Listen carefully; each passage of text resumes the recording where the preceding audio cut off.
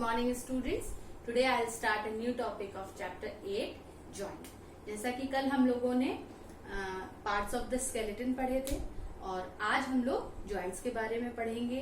वो कितने तरीके के होते हैं ये भी देखेंगे. ठीक है, तो स्टार्ट करते हैं जॉइंट से. जैसा कि आप सभी को पता है हमारी जो बोन्स होती हैं वो इतनी रिजिड होती हैं कि वो बेंड नहीं हो सकती हैं, मोड़ नहीं सकती हैं. बट फिर भी क्या होता है कि our body is very flexible and we can move our body parts at specific locations due to the presence of joint. तो हम लोग की बोन्स मुड़ तो नहीं सकती है मगर फिर भी हमारी बॉडी इतनी फ्लेक्सिबल होती है कि हम लोग स्पेसिफिक लोकेशन में उसे मूव कर सकते हैं. तो ये किस वजह से होता है? Just because of joint. So what is joint? The place where two or more bones join is called a joint. तो ऐसी जगह, ऐसी प्लेस जिस जगह पे दो या दो से ज्यादा बोन्स आपस में मिलती हैं, जुड़ती हैं, तो उसको क्या बोलते हैं? जॉइंट बोलते हैं. ठीक है, अब ये दो बोन्स आपस में किस तरीके से जुड़ी होती हैं? आप सभी सोच रहे होंगे कि ये दो बोन्स किस तरीके से जुड़ी होती हैं. तो कुछ ऐसे टफ और इलास्टिक टिश्यूज होते हैं जिन्हें लिगामेंट्स बोलते हैं. उनकी वजह से दोनों बोन्स आपस में अटैच रहती हैं. ठीक है, तो लिगामेंट्स बोलते हैं. ठीक है, अच्छा, कुछ टिश्यूज ऐसे भी होते हैं जो बोन्स के एंड पे होते हैं और बोन के एंड्स को कवर किए होते हैं. उन टिश्यूज को बोलते हैं, जैसे सपोज ये कोई जॉइंट है और यहाँ पे दो बोन्स जुड़ रही हैं, तो ये दोनों बोन्स के जो आउटर कवरिंग मतलब एंड पे जो कवरिंग होगी वो कुछ टिश्यूज की होती है. उन्हें बोलते हैं कार्टिलेज. ठीक है, ये कार्टिलेज किस तरीके से बोन्स को हेल्प करते हैं? कार्टिलेज एक्चुअली सॉफ्ट कुशन की तरीके से बोन्स के बीच में काम करते हैं. उनके बीच के फ्रिक्शन को भी कम करते हैं. ठीक है, इन कार्टिलेज से मिलके हमारे जो अपर ईयर, ये जो ईयर का पोर्शन होता है या ये जो नोज की टिप होती है, ये पोर्शन भी हम लोगों का कार्टिलेज से ही बना होता है. ठीक है, तो स्टूडेंट हम लोगों ने यहाँ पे जॉइंट्स के बारे में पढ़ा. अब हम लोग स्टार्ट करते हैं टाइप्स ऑफ जॉइंट्स. तो टाइप्स ऑफ जॉइंट्स, कितने तरीके के जॉइंट्स होते हैं? The body has different types of joints depending on the types of movement allowed. Joints are three types: immovable, slightly movable and freely movable. तो movement के basis पे joints को तीन पार्ट्स में डिवाइड किया गया है: immovable, slightly movable and freely movable. तो इमूवेबल का मतलब यानी कि फिक्स, कोई भी मूवमेंट नहीं हो रहा है. तो इस तरीके के जॉइंट्स जिनमें पाए जाते हैं उसका एग्जाम्पल है स्कल. स्कल में कल भी मैंने आप लोगों को बताया था कि स्कल में हम लोगों की सारी बोन्स जो होती हैं वो फिक्स होती हैं. सिर्फ एक हम लोगों का जो लोअर जॉ होता है वही मूवेबल बोन होती है. ठीक है, तो इसमें सारी बोन्स फिक्स होती हैं. इसमें कोई भी कोई भी मूवमेंट नहीं होता है सिवाय लोअर जॉ को छोड़ के, इसलिए स्कल इसका एग्जाम्पल है. ठीक है, now the next one is slightly movable joints. यानी कि स्लाइडली यानी कि थोड़ा बहुत मूवमेंट पाया जाता है ऐसे जॉइंट्स में. ये इसका एग्जाम्पल क्या है? बैकबोन और स्पाइन. ठीक है, बैकबोन कल भी मैंने आप लोगों को बताया था कि बैकबोन और स्पाइन में स्लाइडली मूवेबल जॉइंट पाया जाता है. These joints allow very little movement due to the presence of a pad of flexible cartilage between their ends. तो इनके बीच में जो वर्टिब्रीज होती हैं, कल जैसे मैंने आप लोगों को बताया था ये डायग्राम बता के कि जो रिंग लाइक स्ट्रक्चर्स होते हैं, छोटी छोटी वर्टिब्रीज होते हैं, उनके बीच में कार्टिलेज पैड्स होते हैं, फ्लेक्सिबल कार्टिलेज पैड, जिनकी हेल्प से ये स्लाइडली मूवमेंट कर पाते हैं. ठीक है, now the next one is freely movable joints. Most other joints in the body are movable and are categorized into 4 parts. First one is ball and socket joint, hinge joint, pivot joint and gliding joint. तो पहला हम लोग पढ़ेंगे ball and socket joint. तो ball and socket जिस तरीके से नाम है उसी तरीके से इसका मतलब भी है।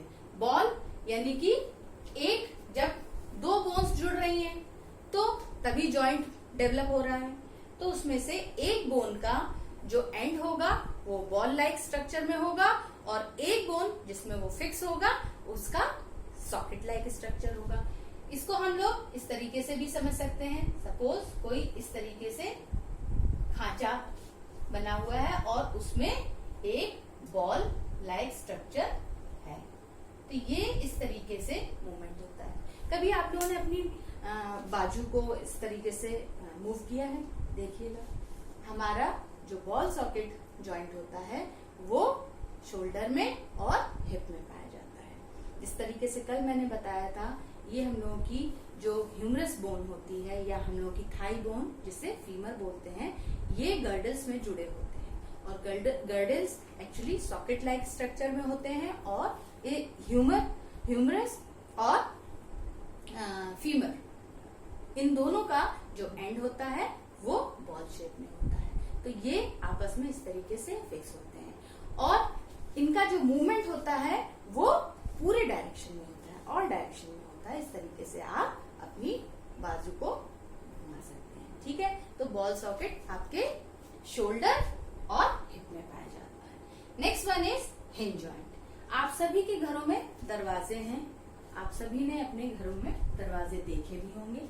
तो जब दरवाजा खुलता है तो कभी आपने गौर किया है उसके बीचों बीच हिंजेस लगे होते हैं। ठीक है, इसी तरीके से ये जॉइंट भी अपना जैसा नाम है उसी तरीके से अपना मतलब भी बता रहा है। ये जॉइंट्स हमारे एल्बो, नीज, फिंगर्स और टोज में पाए जाते हैं। जैसे कि ये आप देख रहे हैं, इसके सिर्फ 2 ही डायरेक्शन होते हैं, अपवर्ड, बैकवर्ड, है ना।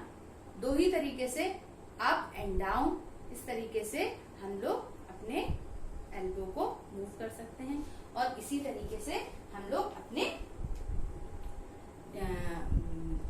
नी को भी वो कर सकते हैं, मूव कर सकते हैं। तो only 2 directions, backward and forward और अपवर्ड और डाउनवर्ड्स। ठीक है, so the next one is pivot joint. Try to move your neck. आप लोग कभी अपनी नेक को घुमा के देखा है? आप लोगों ने बिल्कुल देखा होगा, I am 101% sure.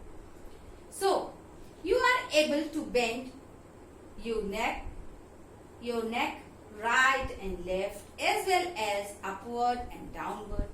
You are also able to rotate it. तो आप लोगों ने जब भी अपनी नेक को ऐसे घुमा के देखा होगा तो पूरी तरीके से भी घुमा दिया होगा, ऊपर नीचे दाएं बाएं, इस तरीके से राइट लेफ्ट, है ना। तो इस तरीके से हमारी जो नेक होती है वो इस तरीके से पूरी तरीके से रोटेट करती है और पाइवट जॉइंट हमारी नेक में होता है। ठीक है, in pivot joint the end of one bone is in the form of a cylinder. Pivot joint में जो एक बोन होती है वो सिलेंडर फॉर्म में होती है and the end of other bone is in the form of ring. और जो दूसरी बोन होती है वो रिंग लाइक स्ट्रक्चर में होती है। एक बोन होती है सिलेंडर लाइक स्ट्रक्चर में और एक बोन जो होती है वो रिंग लाइक स्ट्रक्चर में होती है। ठीक है, the cylinder fits into the ring and rotates inside it और the ring rotates around the cylinder. और इसी तरीके से जो सिलेंडर लाइक बोन होती है उसके किनारे किनारे एक रिंग लाइक बोन होती है जो कि आपस में इस तरीके से रोटेशन होता है। ठीक है। तो नेक में भी जैसा आप लोग, मैंने आपको करके बताया वैसे ही आप सभी भी करके देखिएगा कि किस तरीके से आप अपनी नेक में, एल्बो में, नी में, फिंगर्स में, शोल्डर में किस तरीके से आप मूवमेंट फील करते हैं। ठीक है। Now the last one is gliding joint.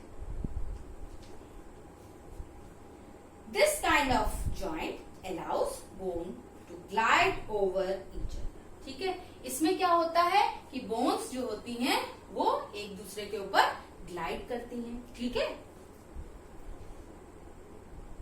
Providing little movement in all direction, और इस तरीके से पूरे डायरेक्शन में मूवमेंट होता है। जैसे हम रिस्ट की बात करें, सी इस तरीके का, यानी कि ग्लाइडिंग जॉइंट जो होता है वो हमारी रिस्ट में, एंकल में पाया जाता है। ठीक है। तो स्टूडेंट्स, आज आप लोगों ने देखा कि जॉइंट्स हमारे लिए कितने इंपॉर्टेंट हैं।